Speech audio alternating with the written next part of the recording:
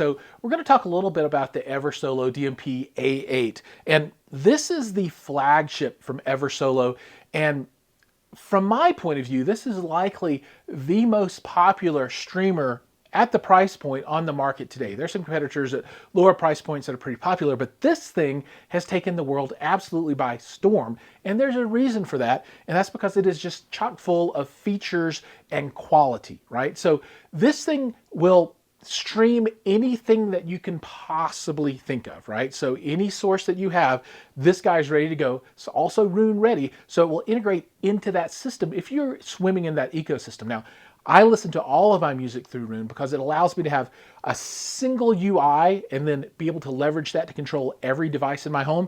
And this is in that ecosystem. However, if you're not in that ecosystem, there are dedicated apps here for everything. Now, outside of the apps, you can also use dedicated storage in the unit. You can also pull information from other sources on your network. So if you have music servers, this is an excellent way to go.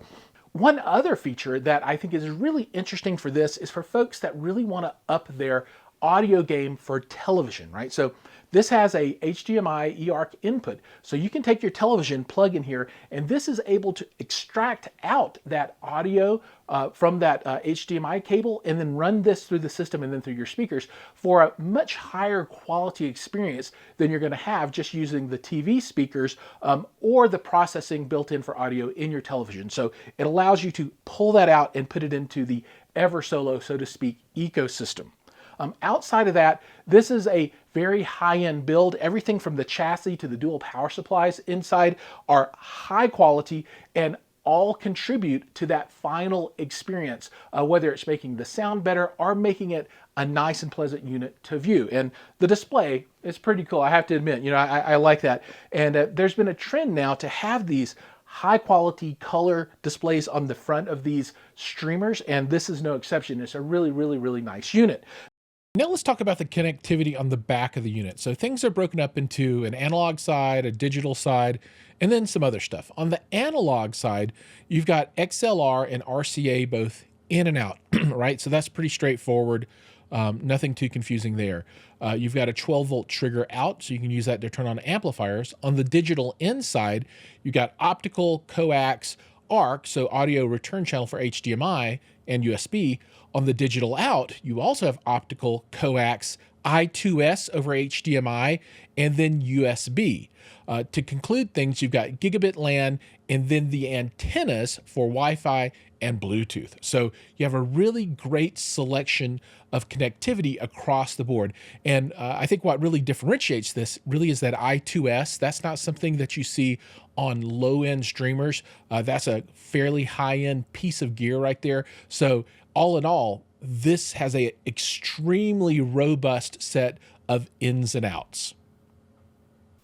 Outside of that, this also can take all of your digital sources and leverage the DAC that's built into this unit. So if you have an older CD player that maybe doesn't have a really good built-in output stage, you can take that, run into this unit, and then leverage this much higher end technology to improve the sound of those digital sources, right? So, you know, digital sources in a perfect world, they're all the same until they get to the output stage, which is the digital converter and then the XLR or RCA outputs that you plug in, right? So, and that's where the difference is injected and where sound can really be colored. This unit is tip top at the digital to analog conversion, and that output stage is as good as it gets, right? So you're going to have the best quality sound you can get from this from any source that you plug into it. Now let's take a look at the front, the UI of the actual unit. So as you can see, you've got 5 main areas: music, streaming, file, source, and settings, and then a few apps underneath. So we'll run through these quickly. Music, this is the section where if you have a music collection, this is where you play your music and deal with music libraries. Streaming is for your assorted streaming services, and you can add pretty much anything there that you would like. Files, this is a file manager. So if you need to move files around from folder to folder, and this can be on the internal NVMe or out on a network share, that's where you do that. For source, this actually is input and output. So you can choose your source here, and then where you want to output all of this to. We've already gone over the connectivity on the rear of the unit. So this is how all of that is selected and chosen. And then finally, you've got settings. And this is everything else. What does the display look like? How do you set up your network? How do you update the firmware? That all lives there.